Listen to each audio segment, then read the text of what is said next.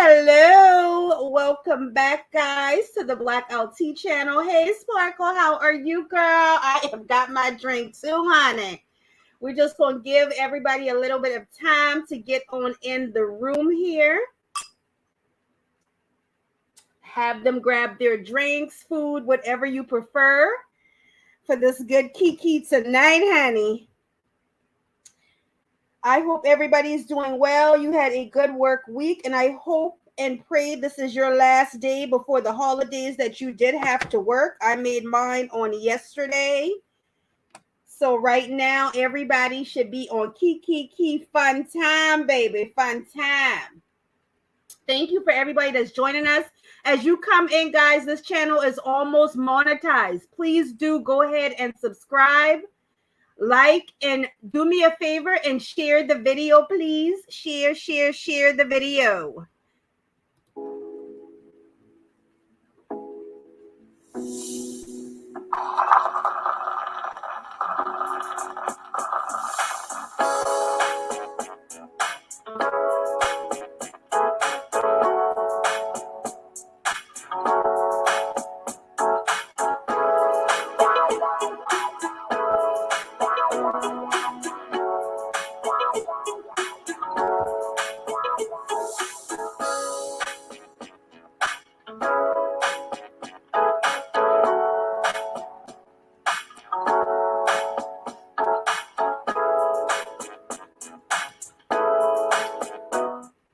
Hello, guys. Welcome back to the Blackout Tea channel.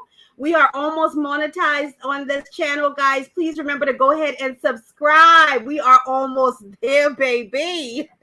I hope you guys have your drinks and you are ready to have an awesome time this evening, because I am absolutely ready as well.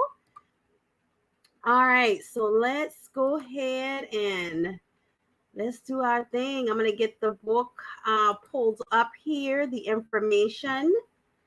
And let's go ahead and add Bailey to the goddamn on screen here, honey.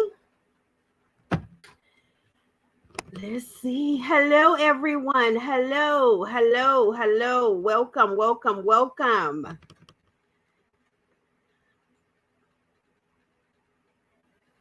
Okay, so let's see.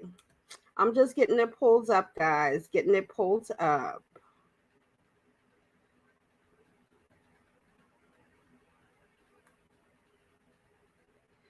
All right, so this is going to be for Q, the relations.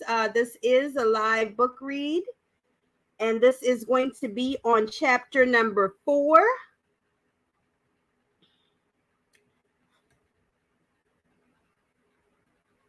Yeah, girl, Bailey is still running for his life, unfortunately. Bailey is running like hell to get away from this trauma that he's so much been dealing with for all this time, honey. All right, chapter 4. Where you at?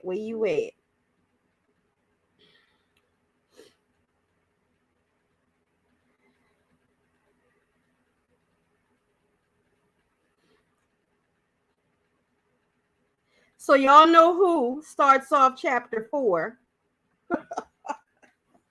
None other than Keisha Coach Jam, starting off chapter 4. I looked Jermey in his eyes and told him, "Don't hurt me," right before he penetrated my body. Y'all, it's a time already.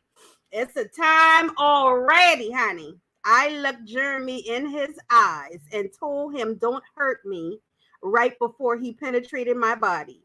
This was out of fear that he wouldn't be gentle with the most sacred and protected part of me, and also out of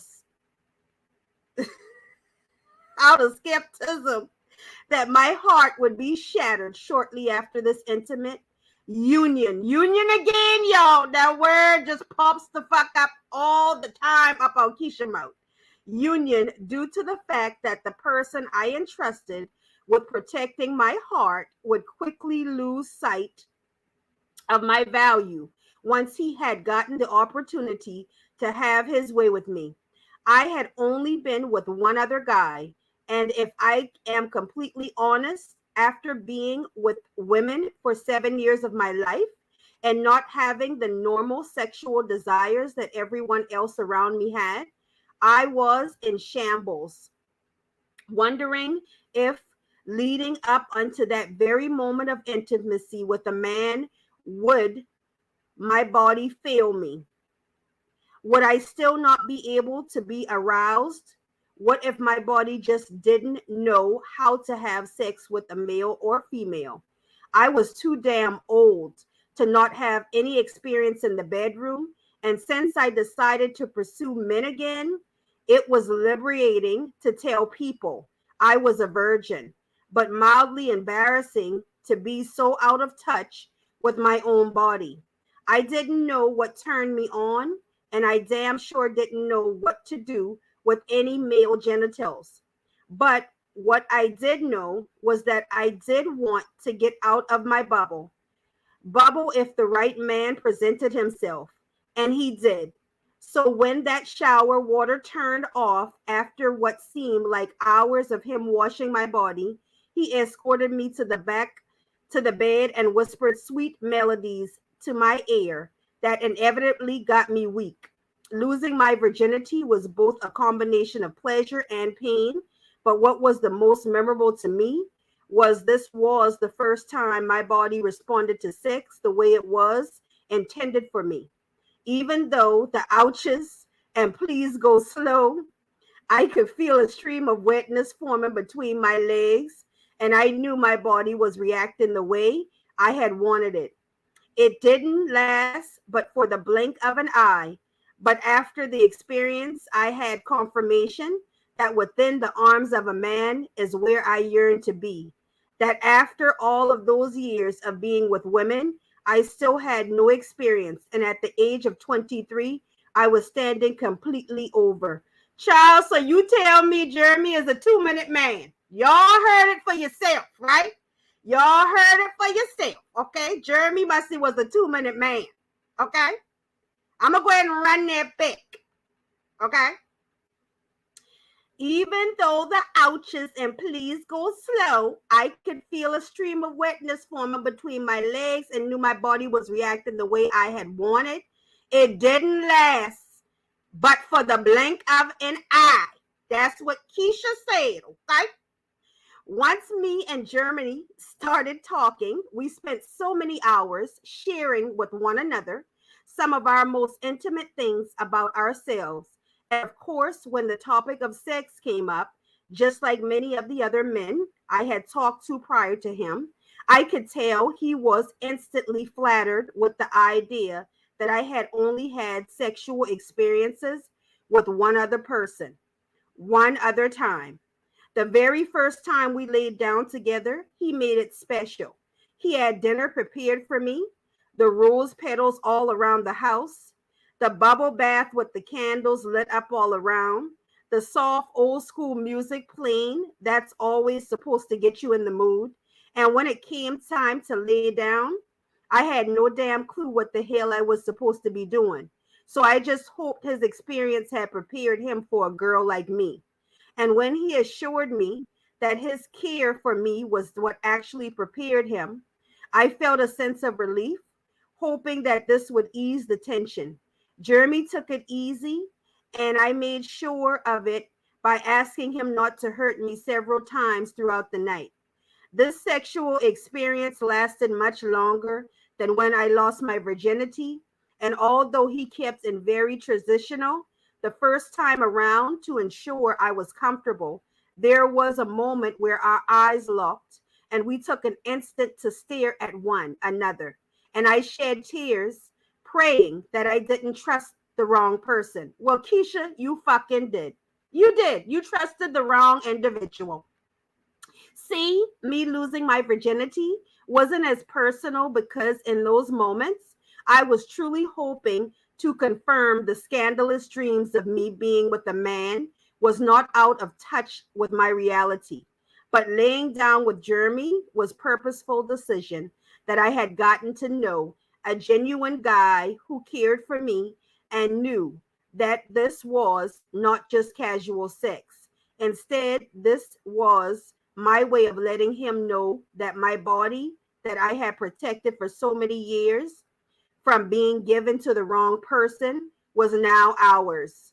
I had expectations of him to not to go out and share such soul ties with any other woman while sharing them with me because that could be damaging. Girl, Jeremy out there sharing it with everybody. He is for the streets. I needed him to understand the importance of his being exclusive to one another because I often heard of people feeling a sense of entitlement to the person that they laid down with. Like you, Keisha, you feel entitled to Jeremy. That would be you, bitch. You talking about yourself. You talking about yourself. Down with that night, and I didn't need a man who would feel pride and territory over my jewels, and yet still feel it was necessary to take part in another woman's body. Two, Jeremy was amazingly, intimately, and as our bond grew deeper, we often explored different avenues of sex where I tried things for the first time in my life, and he just continued to be patient with me, knowing I was still quite fearful of being hurt. I was also very fearful of contracting STDs or unwanted pregnancies at the hands of inconsiderate partners whose main purpose with me was to use me with no real intentions of a commitment. I'll never forget the conversation I had with my dying aunt as she told me her final goodbyes from laying down with the man who gave her full-blown AIDS. Even as a child, the conversation pierced my heart as I can remember through her tears of telling me so. She loved me, the fact that she was leaving behind her children without a mother because of the selfishness of another human. I never wanted to be in that situation. So sex to me was more than just sex. It was the ability to put your entire life in the health of someone else and pray that they value you enough not to take your life for a few minutes of pleasure. And since I had been violated as a child, it was also imperative to form relationships with people who respect my boundaries in the event that my past trauma began to haunt me. I had friends who cried for me from getting the STDs from their boyfriends, and it was all too familiar to hear of all the single women who were forced to raise their children alone because a man didn't realize the unprotected sex can lead to children and the condoms do break. Our country thrives off of the brokenness of the Black family home. Not that a missing father and a struggling single mother narrative is one to rejoice in. However, society loves to depict the absentee father in the Black household, and some of our men love to live up to the standard. When me and Jeremy decided to take the condom off and start trying for our own family, we had both came to two separate conclusions. We loved each other and were ready to officially settle down, and that the marriage was an inevitable fate. However, when we got down on his knees for me on my very first Mother's Day, he had to settle on giving me a promise ring, trying to convince me that the mistakes he had made throughout the pregnancy didn't define how he felt about me, but let me rewind back because where I last touched on was the betrayal during the pregnancy, and I wanted to be able to clearly map out these series of events that led to a tainted womb. Shortly after I gave birth, my focus shifted from carrying my children into this world to ensuring that I was protective parent who did everything possible to raise my premature twins.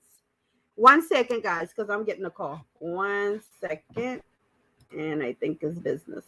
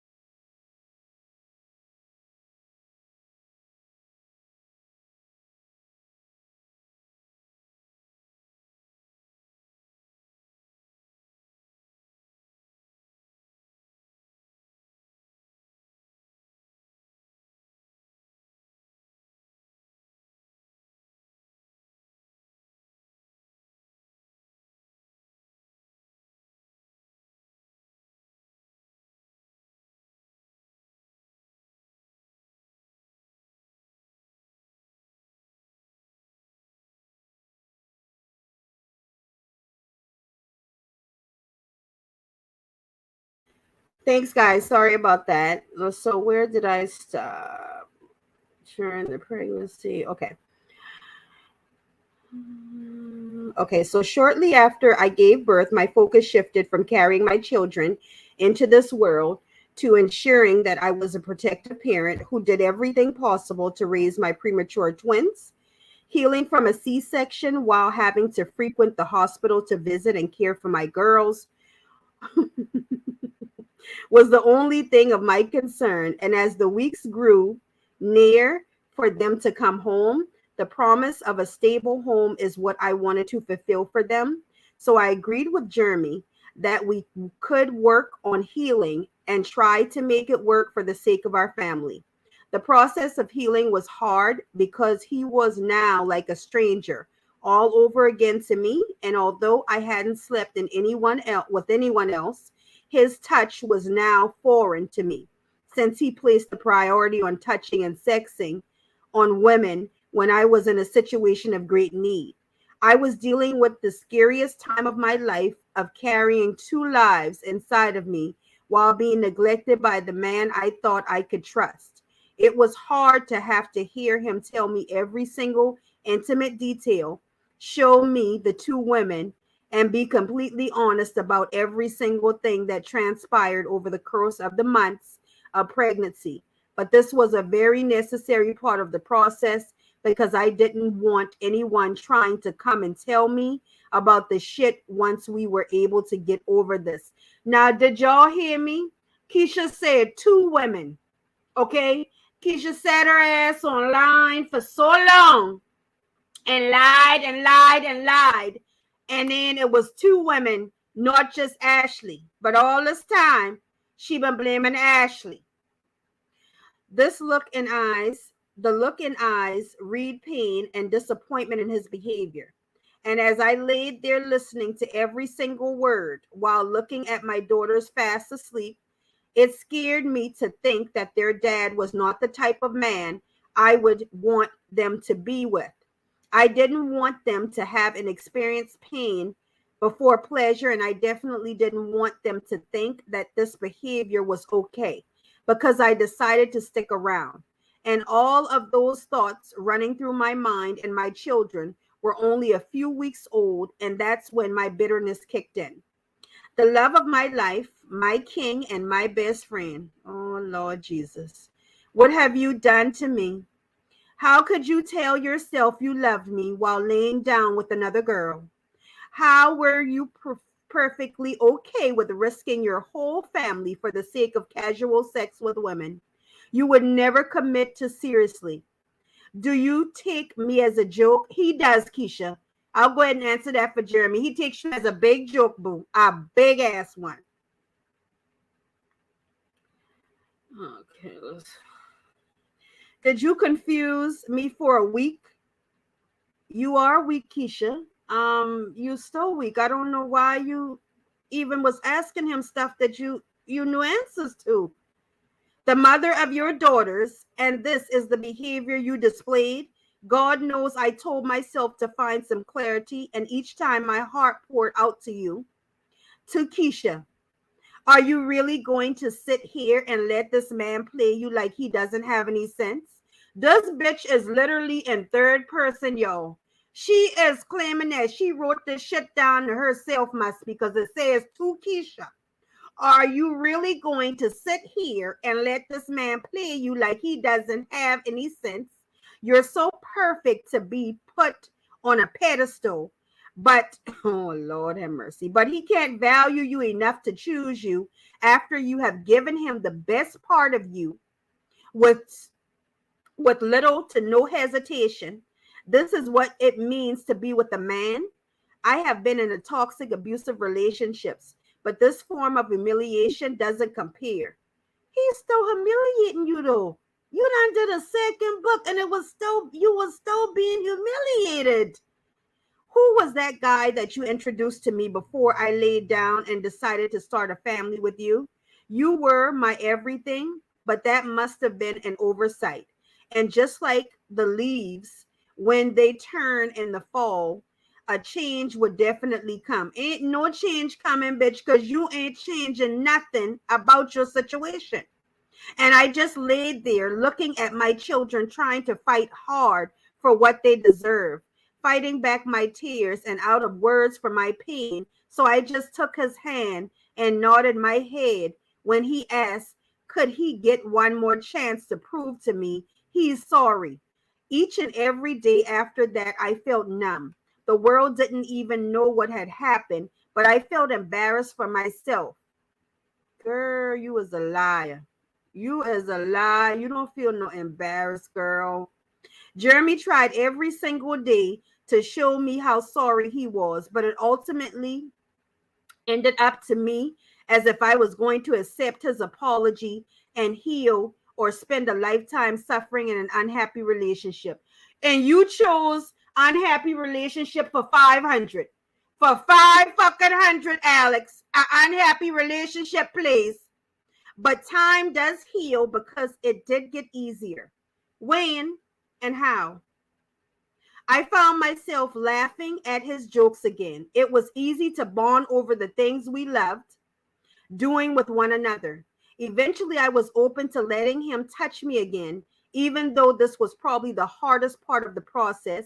He had broken his promise when I asked him all those months ago, the very first time we laid down with one another, when I said, don't hurt me, and yet he did.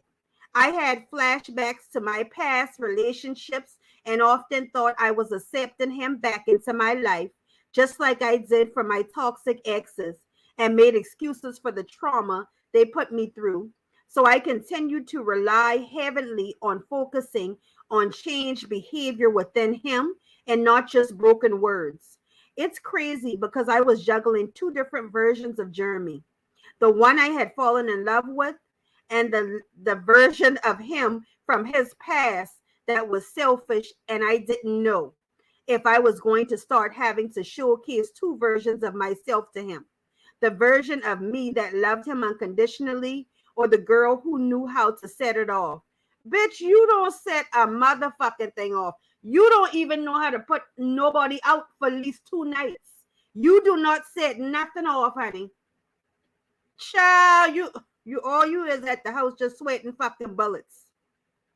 His actions were matching up, and Jeremy did a lot to prove he had remorse for his behavior. So we spent time and was intentional about most moments. We loved on our precious angels and vowed to raise them in a 2-parent household no matter how difficult things may have seemed. We had faith that this pain would soon be a triumph from our past. Shortly after he asked me, what do you think about marrying me? That was the first time that marriage was a far-fetched outcome to my life. I stuttered trying to repeat back the word marriage to him, and I almost passed out thinking of being married and portrayed so deeply by my husband. I told him I no longer thought we were ready for marriage. And since I definitely didn't want to ever get a divorce, I thought it was very imperative that we took time to fix demons within ourselves from our past so that they wouldn't unintentionally creep up in our marriage. I wasn't truthfully healed completely because he still was holding me from nights as I closed my eyes and cried myself to sleep. He wasn't ready as a man for marriage to anyone because he spent too many relationships lusting and jeopardizing bonds with women he loved, and obviously he needed to fix that before going before God. I wasn't ready as a woman because my heart had been damaged for past my capacity, and I needed to learn to love myself again. And then Mother's Day came. When I saw him get on one knee, I burst out crying, praying that he was not about to ask me to marry him in our bedroom when I have always dreamt of a huge proposal and wedding. Call me shallow, but I plan on these things only happening once I know I deserve something epic and grand. So I just knew he couldn't be crazy to not even think outside of the box. Then it hit me that he was on both knees and not just one, so it made complete sense when he asked, will you wear this promise ring? The moment was special to us because for the first time since falling pregnant, we actually both were happy. He spent time telling me what his promises were for our future and how he was going to be working hard from that day to save up for what I truly deserved. He made promises to our daughters, and we just had a long conversation of what we had to do as a couple and individually to build our bond back up so that we could reach our goal marriage with no doubts and no hesitations and no pain. I was very proud to wear my ring, despite that anyone thought, because I knew that truly symbolized for me. Although we needed to take time and rebuild before marrying one another, I was happy that I didn't instantly settle down to pursue over the internet, and we were moving at the pace that was healthy for us. As the days went by and I continued to look at the ring, I had a relapse. I don't know where it came from, but after working so hard with him to repair the damage and making so much progress, I one day woke up and was disappointed and disgusted. I remembered the pain I felt when I was pregnant, the lonely nights, the burden, and the cries. I couldn't believe that I had let him back in so easily and thought this form of promise was not enough to take back the pain he caused me. I thought about the woman and the intimate details he shared, the things he did, and how the women were comfortable laying down with the whole ass man while I was carrying children. No, you need to be thinking how comfortable he was laying down with Lily with no goddamn protection. So just imagine if he doing that with Lily, who all he did that with. Because that's how you get pregnant, boo-boo. Oh my gosh. Mm, mm, mm, mm.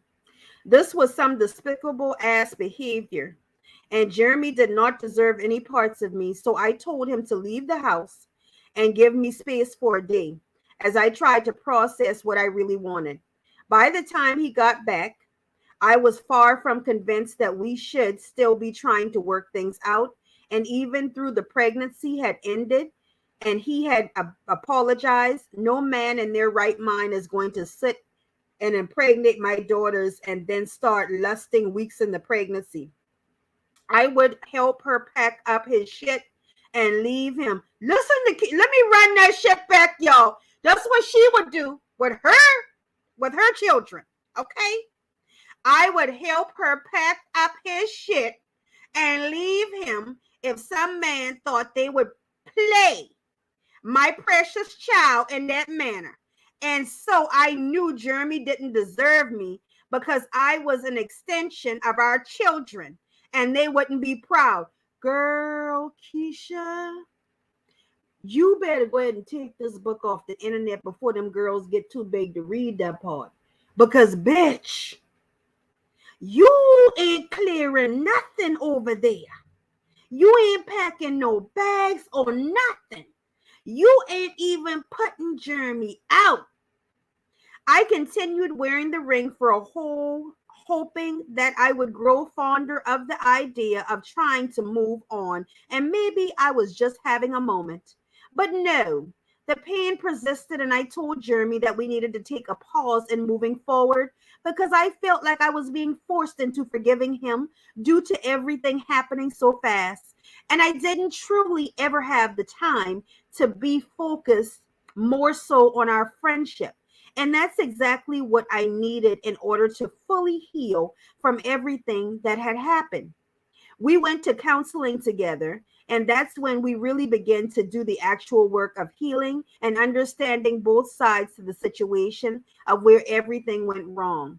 We realized that so much of who we were before even getting together, was still very much within us. And unless we worked those barriers, we could never fully be happy with anyone. As time went on and Jeremy fell back in love with one another all over again, and finally, for the first time in a long time, things started to get back on track. I didn't want to continue, dwell on what happened, and I was so content with the progress we had made. I accepted the whole worst I had happened. I accepted that the worst had happened. But Jeremy had been very persistent and diligent with righting his wrongs with me and our daughters, that I could only appreciate all of the effort he had put in those last months. I loved Jeremy and wanted nothing more than to celebrate all of our hard work. I went on a bachelorette trip for one of my close friends, and in those days of being away from another, Jeremy wrote so many letters to me, opening up on many levels and just planning our future. We kept promising that I would be the next one planning my wedding, and he couldn't wait to put that into action. When I got home from that trip, we both got so careless having sex that he didn't pull out. We were so caught up in embracing one another and finally closing the chapter of our pregnancy that we didn't realize we just messed around and got pregnant again. The day I missed my period could think of is, oh no, not again. What if he starts lusting again? Or what if I get extremely sick? She's saying all this not knowing that Lily done fucking pregnant, y'all, okay?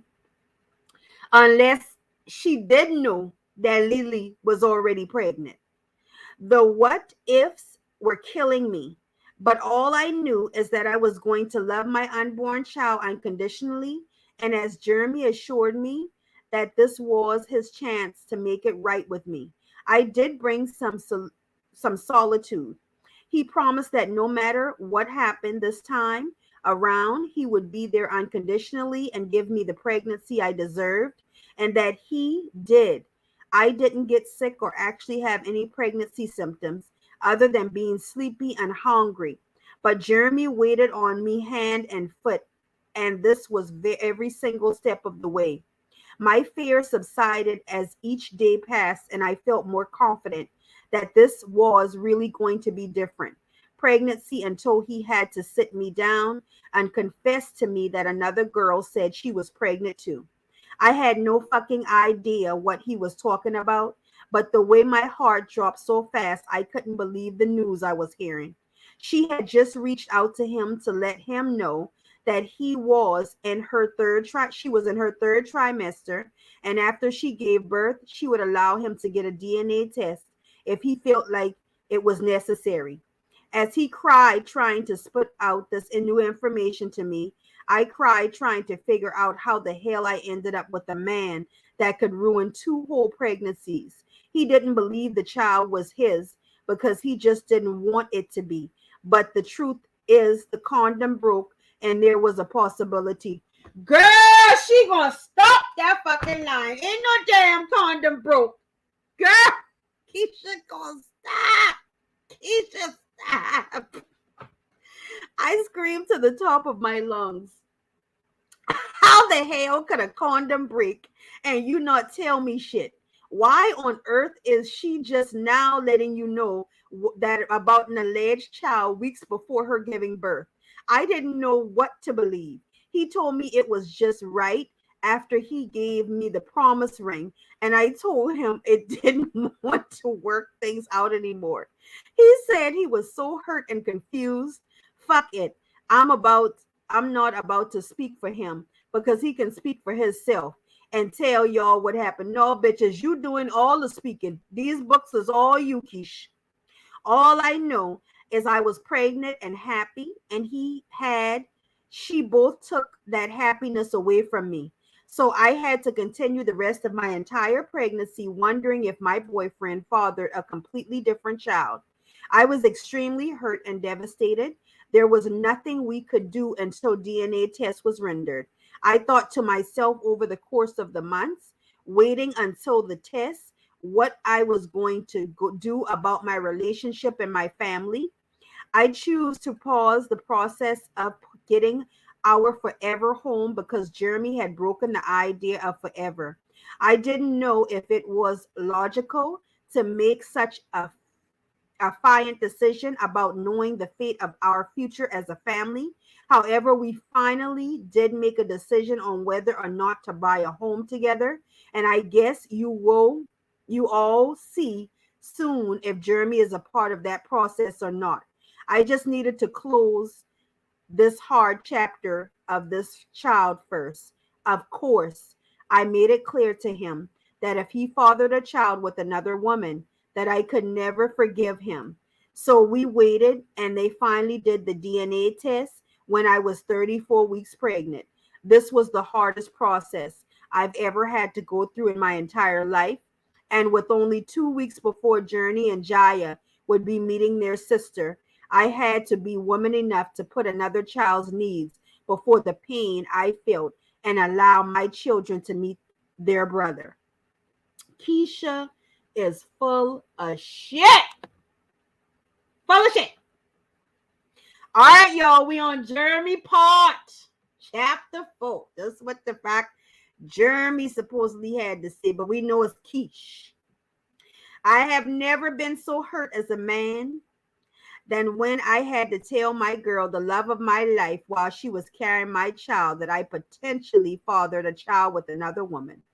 The look on her face when I told her, the first thing she did was hold her belly as if to apologize to the fetus growing inside of her. Girl, y'all know that's Keisha. Y'all know that's fucking Keisha. I'ma run that back. I'ma run that shit back. Y'all know that's Keisha. The look on her face when I told her, the first thing she did was hold her belly as if to apologize to the fetus growing inside of her. Now, y'all know goddamn well that ain't no damn Jermey. I cannot with this bitch. Girl, I cannot. She looked at me so long with no words to say. And when she looked around the room, I knew she was hoping to find a camera so the news could just be a prank for you two. I disappointed her badly during her first pregnancy. So I wanted more than anything to give her the pregnancy that she deserved this time around and make her feel loved, wanted, and special each and every day. Things were going so good. Every day she woke up happy and looked at me with the biggest smile on her face. I kissed her and promised her every single morning that I was here and wasn't going anywhere. I felt good as a man to keep my word when I had fallen short too many times before. So when I got the text saying someone was pregnant and I was the father, I couldn't fucking believe it. I prayed to God she was lying, but that ultrasound she sent was clear as day that there was a little life I potentially created growing inside the belly of another woman. I damn near died when she told me it was a boy because me and Keisha had wanted a son so bad and was blessed with the 3 beautiful girls. So how could God let me impregnate another woman with a boy, knowing I grew up without a real father present in the home, and now I am moving at the same rate? I knew it wasn't God's fault, and all I could hear was Keisha's voice as she used to constantly remind me not to lay down with women because you may create a soul tie that you didn't bargain for. And it's all my fault. After I gave Keisha the promise ring, she began questioning whether or not we should be together. And when she asked for space for those 2 weeks, I didn't know what to do. I felt like I lost my girl. She asked me to sleep in the basement those weeks, and she didn't want me to touch or kiss her, even say I love her, out of the pain she felt from my betrayal. And then I made the biggest mistake of my life. I didn't know how to deal with losing her. And instead of focusing on watering the grass I already had, I let myself get too inebriated one night and had sex with someone else. I know how stupid of a decision that was, especially being that I got myself in a position of losing my queen due to the same behavior. But that's one mistake I'll never ever make again. I didn't even realize what happened until she got up and I realized the condom had broken. God sees everything because after that shameful night, I just prayed that nothing would come from that mistake and I went home and kissed on Keisha as she slept peacefully, not knowing the hurt I felt, feeling like the biggest monster. I didn't hear back from the girl, so I figured everything was good and I was in the clear, and I just knew it was a sigh of relief and that I had an angel watching over me. I vowed to myself, if I would never ever betray Keisha in that way again. Even though we technically weren't together, this was the woman that had my heart, and she deserved all the time she wanted to take to heal from the pain that my fuck ups caused her. The damage I had done made me feel as less than a man and not a good example to my children. So there were big changes I needed to make. I changed my number, unfollowed any woman who tried to attempt me to cheat on my girl, and just knew I needed to start to move differently. I needed to take time to prove to her that I was sorry, and she didn't even know about that night. They say whatever is done in the dark will come to light. But I truly feel that if I made changes within myself, that this particular situation would never ever have come up. I just couldn't live with myself knowing I hurt this girl again. And in those moments, I actually realized what a soulmate was. For so long, I used to bullshit saying she was my soulmate because I loved the hell out of her. But I didn't really understand how one knows who their soulmate is. But after I made that huge mistake and I thought it was something of my past, I realized that my soul ached out of fear that I would have to continue in this physical life without her. What if she ever left me? And that was a thought I didn't want to contemplate. Because, yes, because you don't want to feel like you ain't got shit, because you don't really have shit. Time went on, and when me and Keisha conceived our third daughter, I just knew God was looking down, showing favor over my life because we really saw the changes I made as a man, and this was his way of saying, keep up the good work. I got my girl, and our daughters were being raised by both of their parents, and I was breaking generational curses for my family. I felt the empowered as a man. To my children, the effects of my poor choices in life will be something I will have to spend a lifetime trying to ensure to you all learn from. I have to be honest, and when I first decided to lay down with Keisha and start a family, it was solely based on the idea of knowing she was the woman I wanted to spend the rest of my life with. She was the kind of woman any man would be lucky to raise a family with, and I knew she would be an excellent mother. I had no doubts in my mind, and this day I still don't regret my decision, but what I had no idea the extent of the sacrifice as a woman truly makes when she blares life, and it was due to my naive thinking that I ultimately failed at something I thought I would have been an easy process. I can admit when I'm wrong, and for that I say I'm sorry. I also know that there is no sorry in the world that can fix my mistakes, and I damn sure don't need any reminders that I deserve no sympathy and that Keisha should leave. I've had to sit in this pain for months and face the consequences of what happens when you're too damn selfish to prioritize the heart of another person that you care about. All those times of me making poor decisions in my relationships and still being able to reap the benefits of keeping good woman and finally caught up to me. No, it hasn't, Jeremy, because she's still allowing you to use her. I saw Keisha once again pull some strength out of the terrible situation and still pour in so much love to our daughters. I saw her loving our unborn child as if she was desperately hurting on the inside. I saw her still try to love me through the hard times we were facing and prayed each and every day that the baby wasn't mine. I didn't have time, too much communication with the girl until literally the day she gave birth. That's the day I'll never forget. I don't really want to get into the specifics of that day out of respect for the mother. But that day consumed with so much emotion from everyone involved. And the only thing I tried to contemplate was, did he look like me? Was there any sense of connection that I felt when my daughters were born? Keisha was very understanding and encouraged me to go and spend time with him and not miss out on important moments of his life, even though we still hadn't taken a DNA test. I respected her so much for giving me the opportunity to be a part of my alleged son's life without making it difficult to me, because truthfully speaking, as a man, it was imperative that I formed a relationship with a child that could be carrying my blood.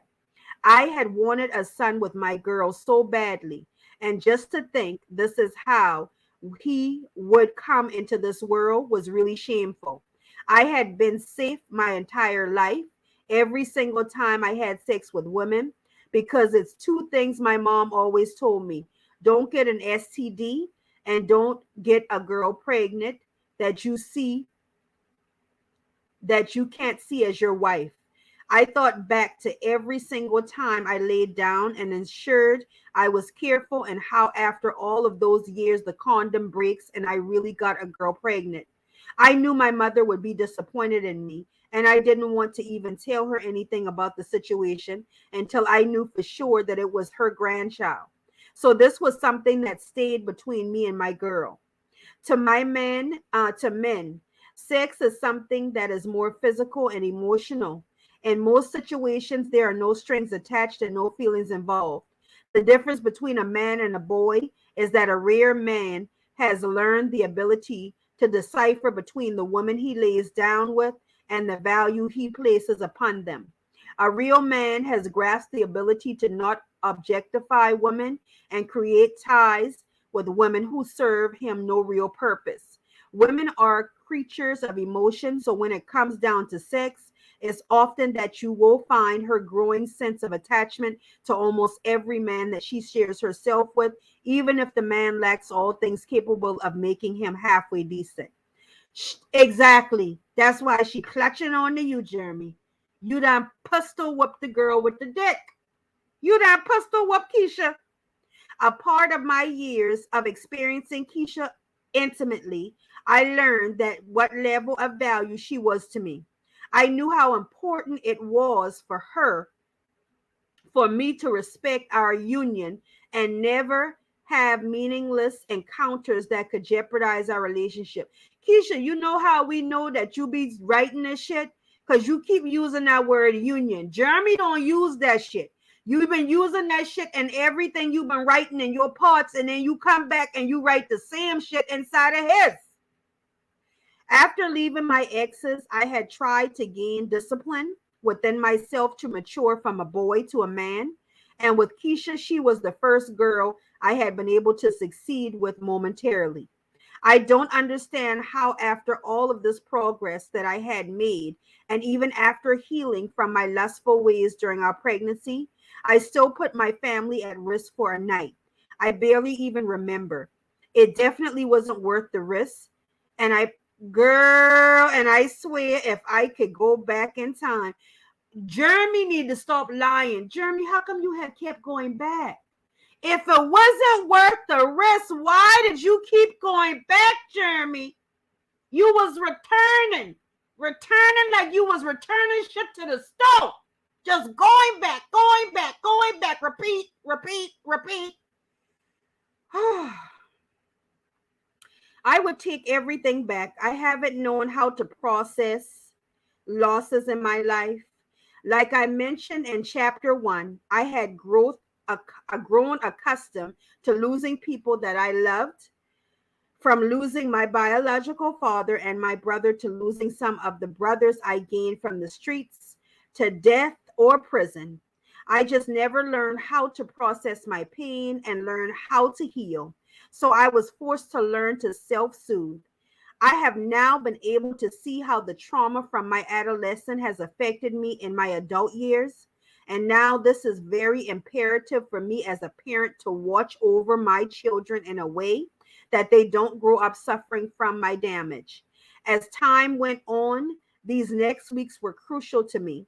For my family, if the inevitable was true and I had a potential child outside of my girl, I had to figure out a plan that could potentially rebuild our relationship back up and strengthen it in my time of need. I feel like it was selfish to come to God and ask him for help, especially after he watched me make mistake after mistake and still bless me abundantly with the perfect girl and the perfect children. But that was the only person that I could turn to and help to aid me in the situation.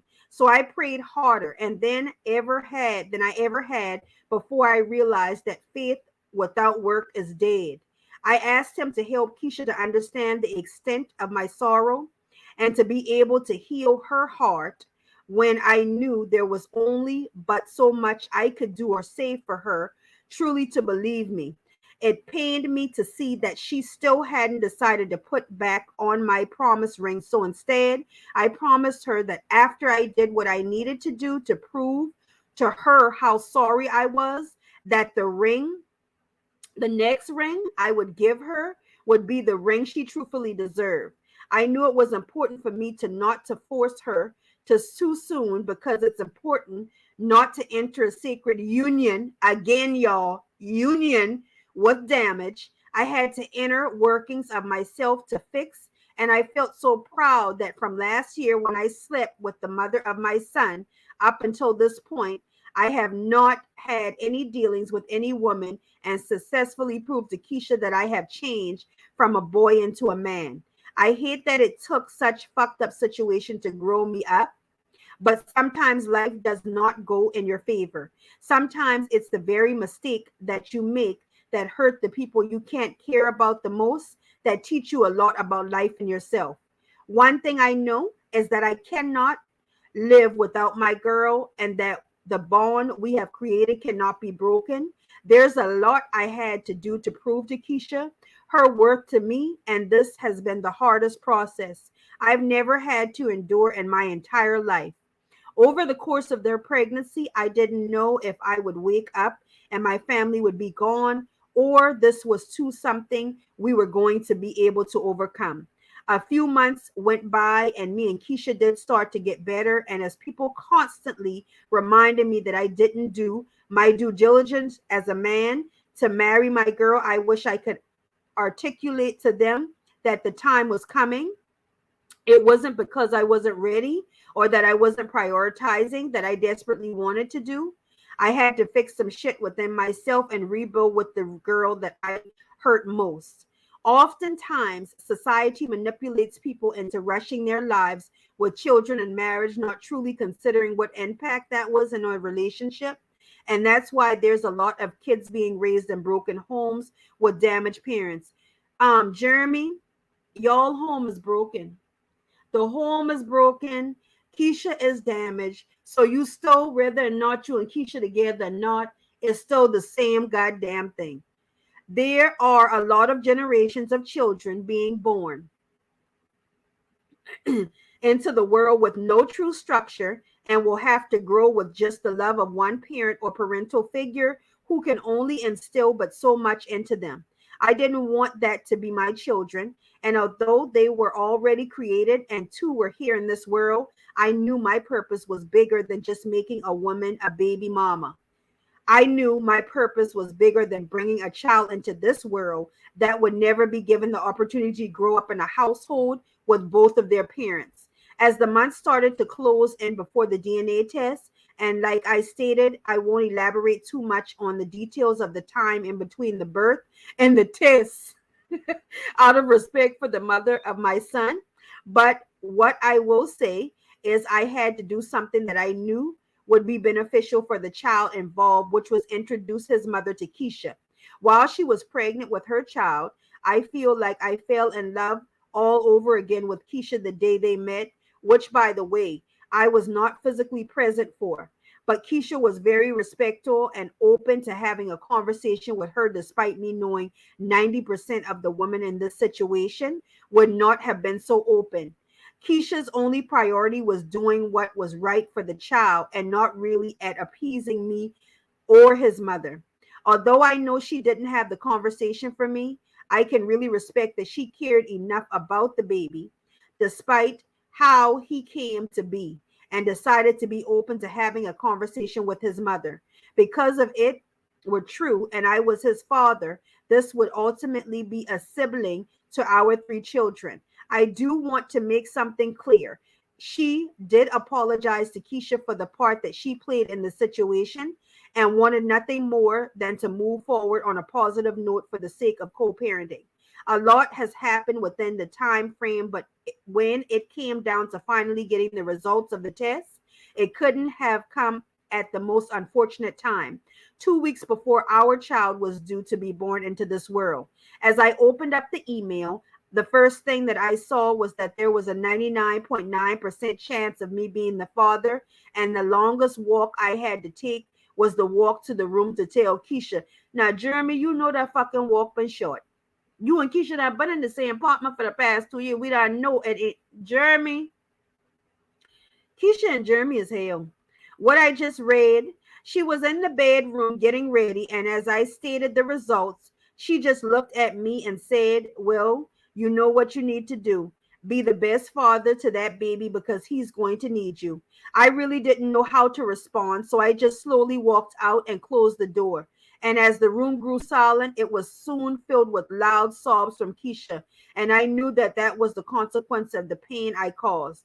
I had made so much progress with her, improving to her that I was a changed man, that I hoped so badly that when the results came in, whether I was the father or not, she would know how I felt about her. I just prayed that my effort wasn't in vain, and as selfish as it was, I prayed just so she didn't decide to leave after me confirming to her worst fear. I learned so much about myself and how to love and value women that I wish I was able to gain from my biological father, that he wasn't present to teach me. More than anything, I wanted to be able to raise my daughters and love them so deeply to the point they didn't doubt how a man should treat them.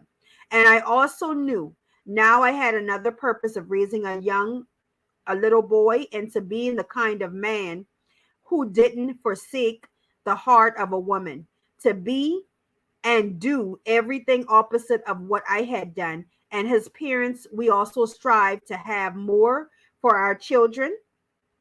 This has been a huge learning experience for me, and I have stood before God to be judged and forgiven by him for my mistakes. I have stood before my girl to change as a person and never ever discard her feelings and emotions ever again.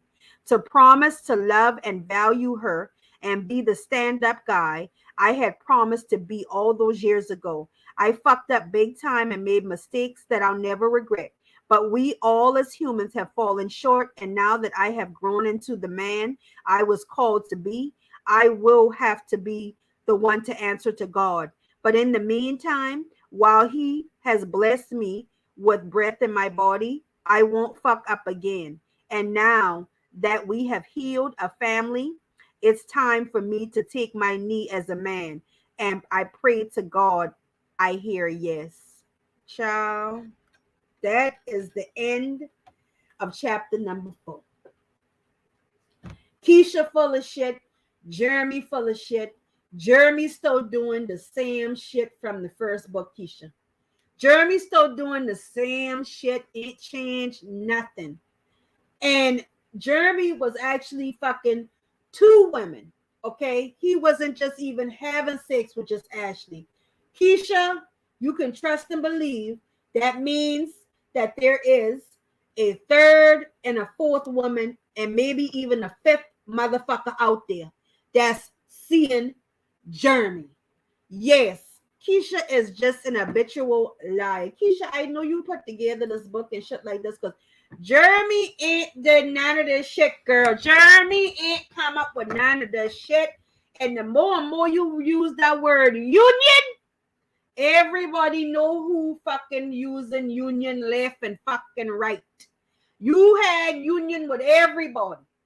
The girlfriends and the fucking boyfriends. Everybody but a fucking union.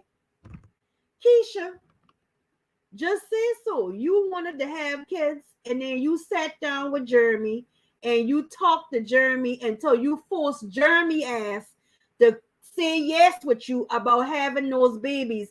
But you knew deep down inside that you was not ready for Jeremy and his bullshit. And Jeremy knew deep down inside that he was not ready to be giving you no churn because Jeremy is not even prepared and ready for no marriage, Keisha. And must me with that $7,000 ring bullshit.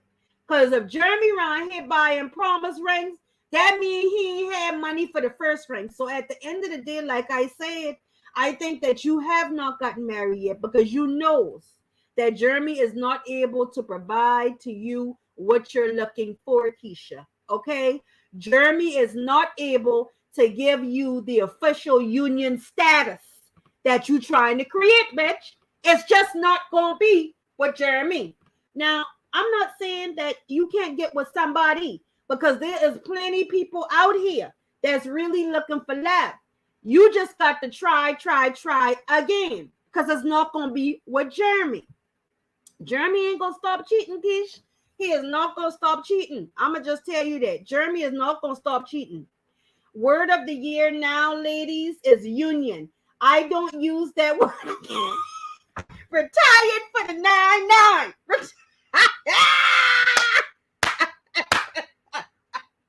Retired that damn union word for the 9-9. I am not sure, Yolanda, if he is paying child support or not. I am not sure, honey. Only if Lily make him, because y'all already know Keisha is not gonna make Jeremy pay. Jeremy ain't even paying Keisha for his stay. So you know she ain't gonna make him pay for nobody else stay over there. Everybody just living for free except Keisha. Jeremy is like a teenager just wildly sleeping with anyone. Yes, and he needs to be careful because I don't know if Keisha is scared of STDs, but I feel she should still be fucking Jeremy with condoms, y'all. I feel like she don't even need to stop using condoms. I would still be using it with him. Jeremy is a loose goose. Jeremy is loose, honey. Let's see here. She kept stressing the kids were playing. Yeah, by her, not Germ. That's how I feel, T-Talk. I feel it was all Keisha when it comes down to the plan of the babies, when it comes down to them wanting to get married. Keisha is the main one that came up with all this shit. Just like Keisha is the main one that wrote this book. Jeremy had wanted nothing to do with writing this book, okay? He don't want nothing to do with cueing the relations of the lies. Nothing. He ain't promoting none of these damn books. Keisha did all the damn promoting. All right, let's see here. Everyone took their aspirin to have your drinks. I hope they did for that bullshit. I hope they did. Bailey's still running for his damn life. Bailey sure is shot. Bailey ain't gonna stop. Bailey ain't no turning back. Ain't no turning back. Bailey got that tell-all book coming. Yo, I am seriously thinking about putting some words together for a book for fucking Bailey and reading that shit to y'all. But some shit that just pop out my head. Since Keisha could just pop shit up out her head and talk about she write a book, I'ma just pop and start reading off what the fuck Bailey really been telling this bitch between them four walls. That's what the hell I'ma do. That would be one hell of a book. Lord. Girl, Keish, you want me to tell them what the fuck Bailey thinking? I can tell them what the hell Bailey thinking, okay?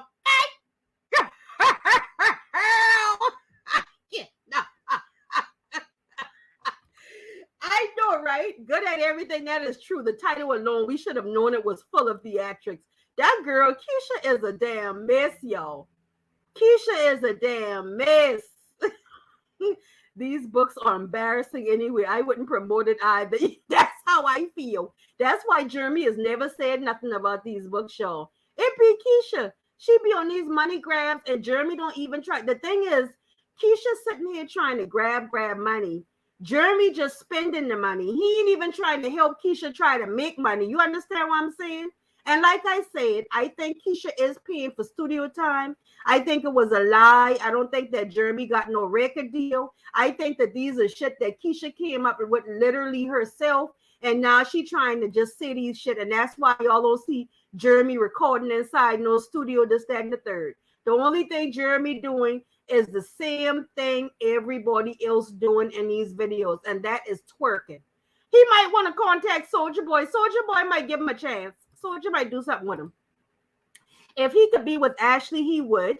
He would dump Keisha Boney ass and them kids with the quickness. I believe, listen, at the end of the day, Keisha, if Jeremy could still be with Ashley and Ashley not say anything about it, Jeremy would still be over there with Ashley. Okay. Right now, Jeremy is still sitting on the girls that he was also fucking with on you and Ashley at the same goddamn time. Because those the ones that keeping their mouth shut right now. But the minute that they ain't gonna keep that mouth shut no more, there'll be some knocking on your door about some more bullshit again. Nor does Jeremy raise or care for any of his kids. I don't ever see Jeremy interact with none of the kids. Only the one little baby. Sometimes that is it. The rest of those children, I don't never see Jeremy doing nothing. I don't see him take them no place, nothing. You know how, a father might be going to the grocery store. I've never seen Jeremy just say, oh, let me run to the grocery store and I'm going to take the girls with me. I've never seen Jeremy do nothing like that. Child, she brags about not protecting herself. Exactly. She's sitting up there talking about Jeremy. Girl, you better be buying the condoms. You better have them damn condoms in your damn possession. Fuck Jeremy having the fucking condoms. Shit. Somebody says Jeremy is cheating now with Keisha. With Keisha's father. What the hell, Elizabeth? The only thing Jeremy giving her is that pickle pepper. I believe that Jeremy done fucking pistol whoop Keisha, y'all. I don't care what nobody said. Keisha done get pistol whoop, and that's why Keisha can't hop up off that. She can't hop up. Keisha, let me tell you, the best thing to do is what you got to do is first you got to get Jeremy up out the house, right? Because you know what they say. The old people always say you got to get up under something new to try to get a release from the old. Because see, you so attached to Jeremy with these soul ties that you claiming that y'all got. You have to try to get into somebody else or do something else to try to rid yourself of Jeremy. I would start with fucking praying and burning sage and several motherfucking candles, bitch. Because that lock Jeremy got on you, baby, is atrocious. Okay? It's just atrocious, honey. Just atrocious. I believe they are. They are meant to be. Yeah, child. They're meant to be, child. Oh, Lord. Let me see here. Wait a minute. Okay, union and community pain. I believe that it is definitely community getting up in there. Jeremy is passing that thing around like the goddamn ushers pass the damn plate around for Sunday fucking take up of the fucking cash. He is passing that little ding-a-ling around like no other. Okay? Let's see. Somebody said Jeremy is cheating now as we speak. Honey, I know he ain't at the house. We know that. It's that's California time I'm looking at right there right now on the East Coast. It is 7:14. Jeremy is definitely outside running amok. Let's see here. He won't stop at all. This is just the beginning. Yes. The sad part is Keisha has already been through this with this boy. Okay, because see, that's what he is. He is a boy. She's already been through this. And to just the fact that she okay with to keep going through the same shenanigans is fucking crazy. Man, Keisha wrote everything in that 6th grade. Yeah. Javette, she did. Ashley ain't thinking about Misha dumbass. I truly believe that Ashley ain't never thinking about Keisha. And I think Ashley knows exactly how she can still fuck around with Jeremy if she really wanted to. She just right now is like, fuck you, Jerm. Like, fuck you. Jeremy done did so much of fucking lying. He probably done lied between telling Keisha shit and giving up the real info. Half of the shit that he done told Keisha was most likely nothing but a bunch of goddamn lies. Mr. Lisa, he's smarter about it now. I believe that He's definitely looking over his shoulder, and I wouldn't be surprised if he ain't got a couple of other folks looking over his shoulder for him as well. Keisha's an habitual liar. Let's see. Have y'all been watching Keisha vlogs? She can't say don't watch the so-called trolls videos because a lot of people have been talking about her not doing things with the girls. Now she taking them out now. Exactly. Will never be a postel. Shanita, where you at? I like Shanita, you know. I believe that I believe everything, to be honest with y'all. I believe everything that Shanita be saying be the fucking truth when it comes down to that Keisha and that bullshit. I'm be honest with y'all. He doesn't speak like Shakespeare. The fuck? Let's see. Ginger was, but they claimed there was another guy in the picture. Which picture? What picture y'all talking about? Y'all know I be trying to go back and get these comments because, honey, I can't see it when I'm reading. It's crazy that since the postcard has been out, Ashley has not spoken about it. Yeah, nobody has spoken about this book. None of the close people that Keisha trying to supposedly say, you know, she had them to sign papers. Maybe Keisha paying them a little change, honey. Maybe she paid them a little change. She said, it's your child, and it really messed me up. How can you deny your own flesh and blood in my Mary J. Blige? I hear that, Bernie. I hear you. I hear you. You know what, y'all? Keisha was so hurt.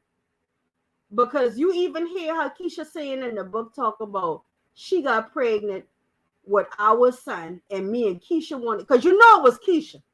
Me and Keisha wanted to have a son. Okay, Keisha got to try again.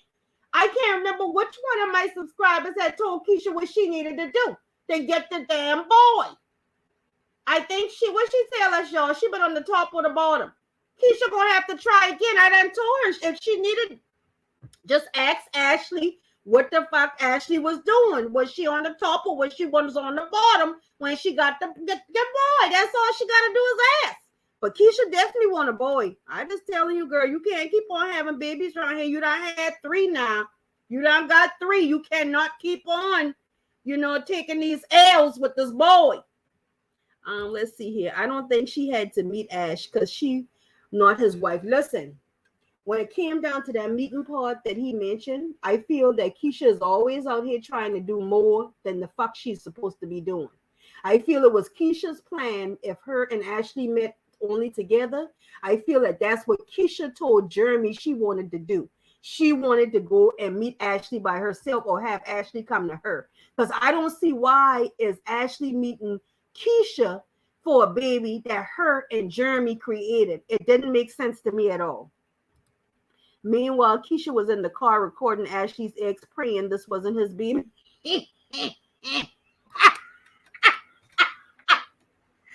Recording and stalking them damn cell phone calls off that damn off that screen in that damn car. Keisha been a baby mama since she had those kids. Exactly, and Keisha gonna stay a baby mama because Keisha wants some huge elaborate wedding, and Keisha no gonna well Jermey cannot afford it. So she must be just gonna stay fucking unmarried. Okay? That's all I can say. Pregnant with her child, not our child. We see you, Jermey. Exactly. They are both dysfunctional. Yes, they are. Both of them need to seek help. I don't know who counseling table they went to or sat on which couch. That shit didn't work. That thing ain't did nothing but run up Keisha a bill. Because y'all know Keisha paid for that bill. Jermey ain't paid for no fucking counseling for nothing. Jermey ain't paid for no counseling. That man has done prison time without being in prison. He's still doing prison time. I believe Keisha got his ass underneath some kind of contract. Right. He's made 2 baby mamas. Exactly. He going on 3. Boy, if Jermey come out here with another goddamn baby and it ain't Keisha, y'all, oh my God. Oh my God. He will marry, but he will still be doing him. I agree with that, Vicky. He's always going to do him. That's the thing that Keisha, I guess, she trying to get accustomed to, because if Keisha knows Jeremy, you done dealt with Jeremy for I don't know how long, and Jeremy done displayed the same fucking thing with you twice, okay? And then come to find out Jeremy was actually sleeping with two women. You know, Ashley wasn't the only one. Keisha should be quite concerned. Quite concerned. Let's see here. What one night stand gets knocked up 3 times? Who the fuck get knocked up 3 times? I thought Ashley been pregnant twice, not 3. 3 times? This is how we know. This is how we know. Keisha acting like Jeremy was doing an in and out thing with Ashley. This wasn't no in and out thing. This was a full blown relationship. Ashley not been pregnant just as much time as Keisha. What the fuck? Oh my God. Girl, no ma'am. No ma'am. Somebody said, Keisha, you don't even have perfect hygiene. What the hell? Jesus. Perfect girl and perfect children. Okay, Keish. Exactly. Everything is perfect. Everything is perfect. Perfect girl. That's Keisha child. Oh. Perfect children. Okay. Okay. Ginger, you hit it on the nose. The bitch is pathetic. Okay. Keisha don't been doing nothing with both of these books. She been showing lust. What the mama book about? Because that means that Keisha must have wrote her mama book too. Because there ain't nobody doing the writing the books. She probably gave the mom some money.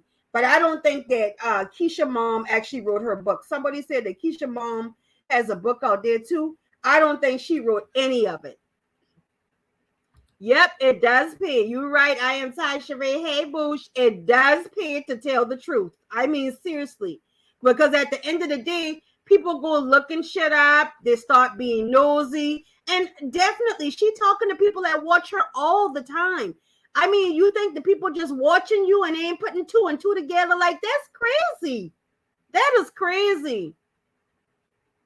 Let's see here. I know he must living in that basement. Right. Because he probably can go and come. But he's still going and come like he want to now. And oh my God. I think she tried to put a spell on him. She is a she probably did, child, but that shit didn't work. What she need to do is tie his damn nuts. Try to do that. If Keisha, if you're trying to think of spells, boo, you better call somebody to try to tie his ass up. I don't know, honey. Everything Jeremy said negative about Ashley is to appease Keisha so he can keep the money rolling to his pockets. I agree. He wouldn't even be talking shit about Ashley at all had it not been for Keisha. Keisha goes to counseling on TikTok. I think so, but too. I think so. I agree with that shit. She just looking for anybody help that she could say her and Jeremy went to somebody else. Let's see here. I bet Jerm don't even go to counseling with her. I believe she just saying that.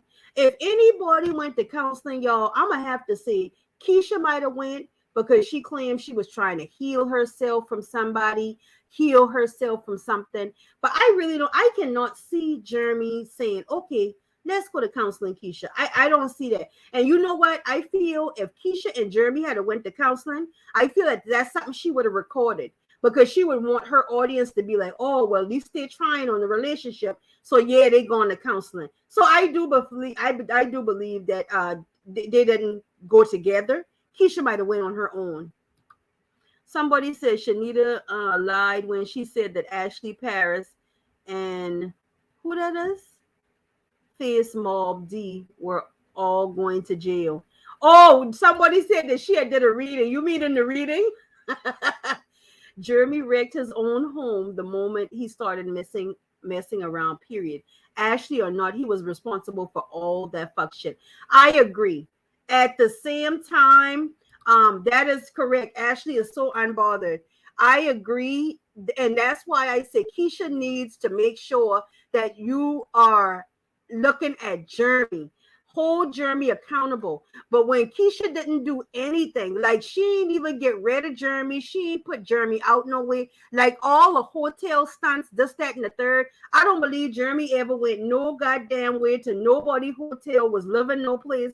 Like we all have said, Jermey has been inside that third room for quite a while. And he comes out that third bedroom once Keisha is off and not recording.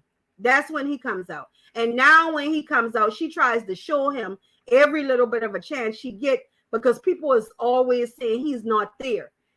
It's true. He's never there. Ashley doesn't want child support. If she takes Jermey to court, then Ashley has to get permission to move around with August. You think so? I feel like he still wouldn't care. I feel like Ashley could take him for child support. And if I've been Ashley, I dare him to tell me what the fuck I could do with August and when I'm going to do it with August. And half of the shit, if I've been Ashley, I just wouldn't even tell the little motherfucker. But I damn sure would get my damn bread. I know of that. I would get my bread. Keisha need to get on top for that boy. Oh, Keisha, there you go. You got to be on top. You got to be on top to get the boy. There you go. That's the second person that done gave you advice on how to get that boy up out here. Okay? You got to go. You got to go to the top, girl. You cannot stay down to the bottom. And the way you keep on talking about you not experienced, that shit is not going to work. She said you got to get on the top and you got to drop it like it's hot. Drop it like it's hot. Up and down, drop it like it's hot. That's how you get the boy. That's all we can say, because we don't know what else to tell you. She loves putting herself on a high pedestal. She does. The whole time in the book, even as she's speaking, and her third person when she's talking about herself and saying that it's Jermey, she's always trying to put herself up on a pedestal. And really, there's nothing wrong with that. But Keisha, you're getting obsessive with it. It's getting so obsessive. That's why we don't even think Jermey doing it at all. Keisha needs to power wash her yoni.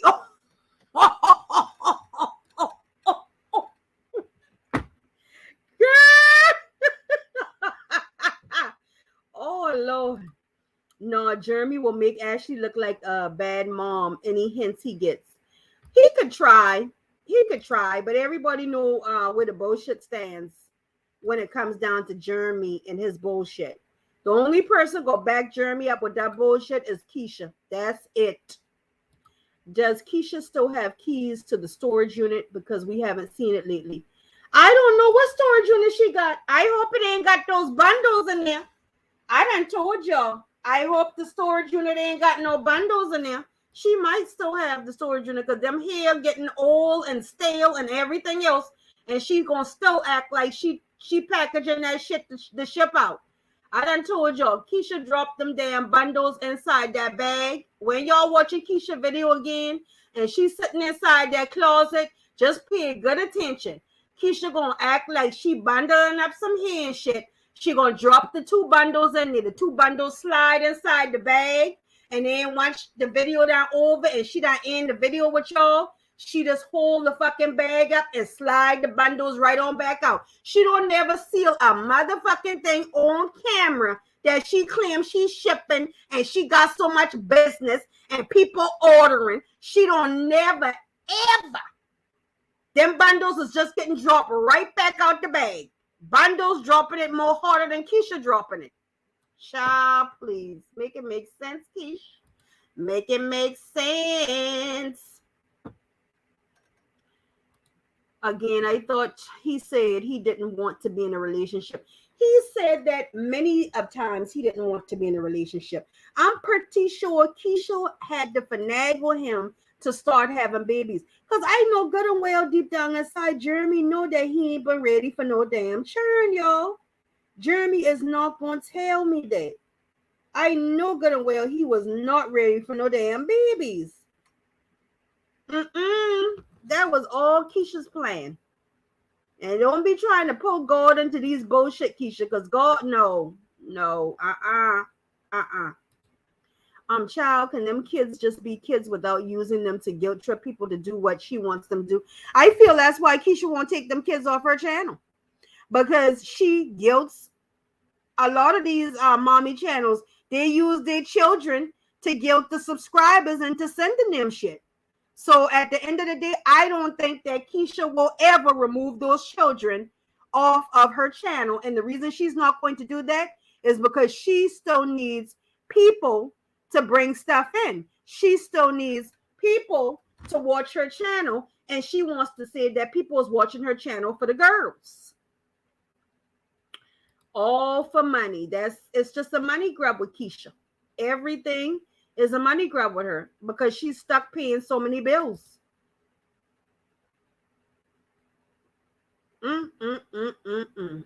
Boy.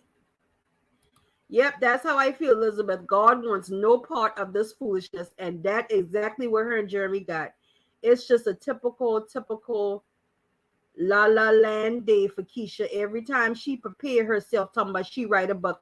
I want to know what this mama book was about. I bet y'all the mama book sound very similar to these last two books that we read. Who bought mama's book? But I bet you Keisha the one wrote it. That mama ain't writing none of that shit. And that's what he's up. But condoms always break. So he said, I don't think that no condom break. I think that shipping raw. Jeremy done but have been messing with Ashley for a minute. He done but messing with Ashley for a minute. Somebody says it's about to end. Keisha's relationship span is 5 years. 5 is the doomsday number. I've heard a lot of people say that though. Not only about Keisha, but they say if your marriage is not going to last, or relationship is normally ended within 5. Once again, Keisha said she chose Lily and she was a suitable candidate. Exactly. And she got what the fuck she was looking for. She got what she was looking for because Keisha know good and well she was not ready for that life, y'all. Keisha was not ready for that life.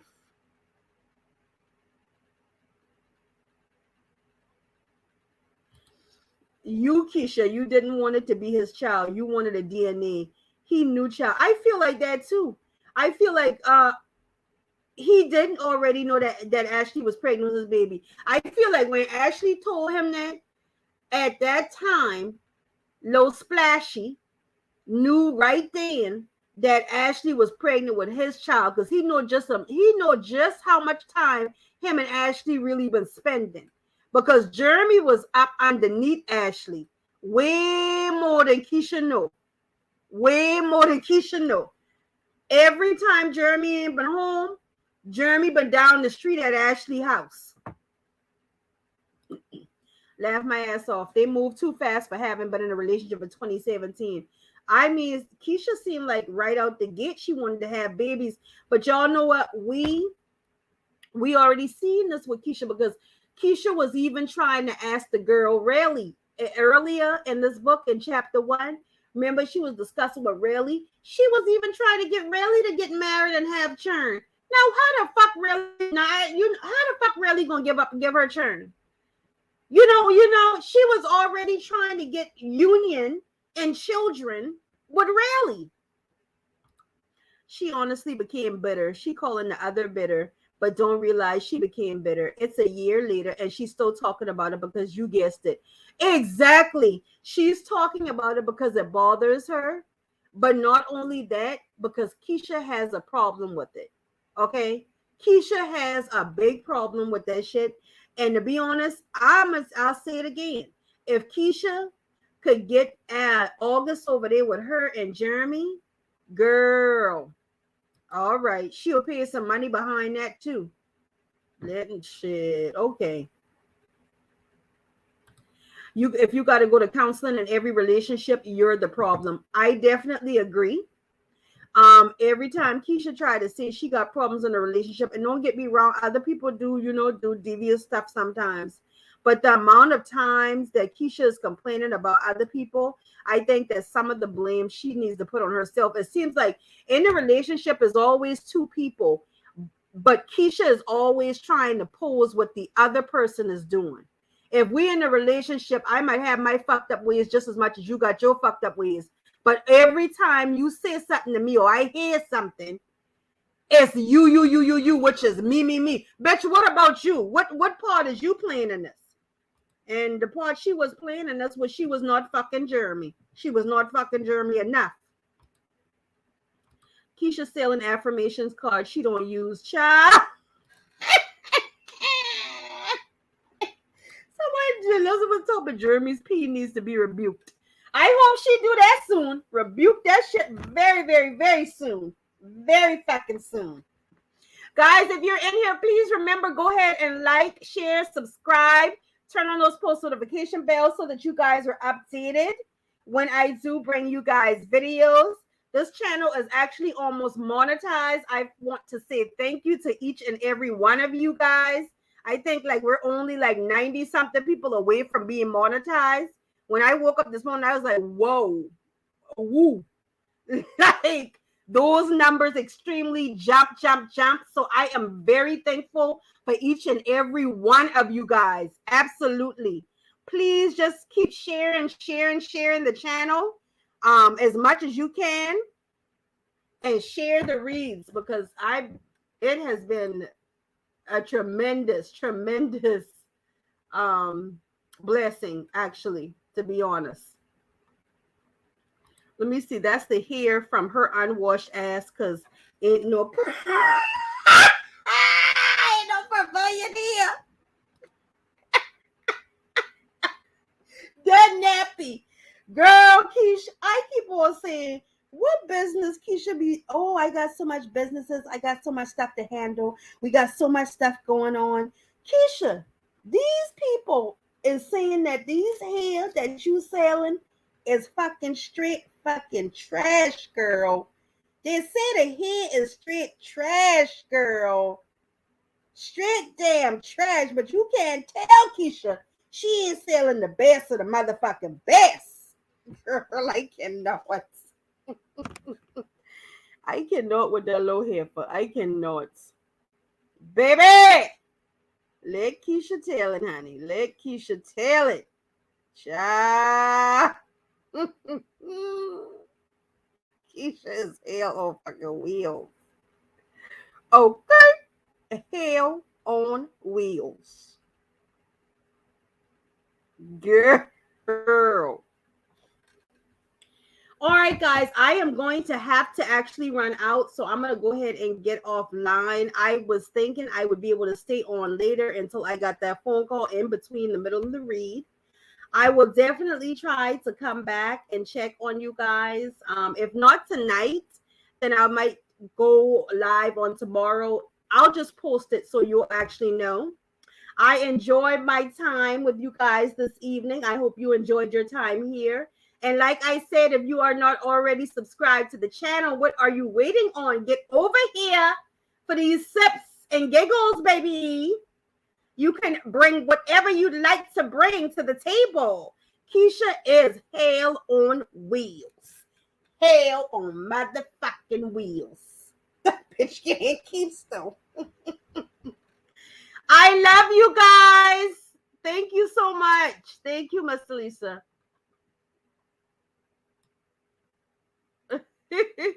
Yes, please like, comment, subscribe, and definitely share the video.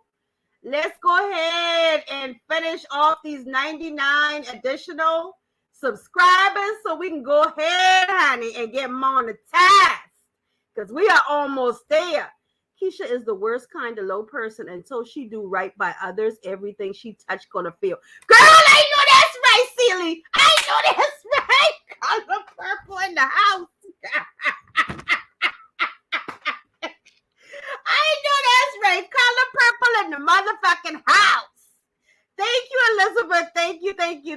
Thumbs up the live on your way out. Thank you, Verena. I appreciate that, baby. You hear that, Jeremy? Until you do right by Keish, everything you touch gonna fail.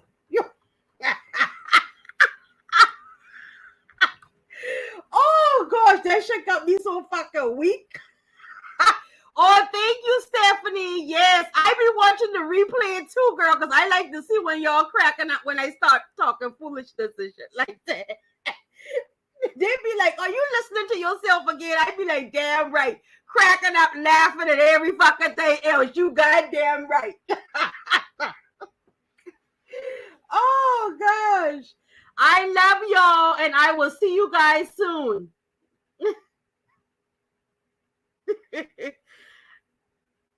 Thank you, baby. Thank you, Tamisha. I appreciate it, love.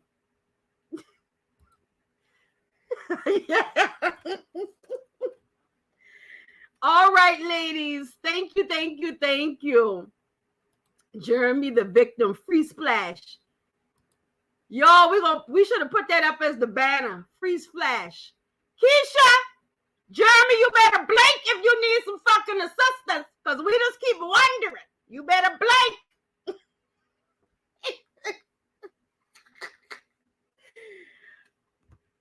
All right, guys. I will see you guys later. Bye.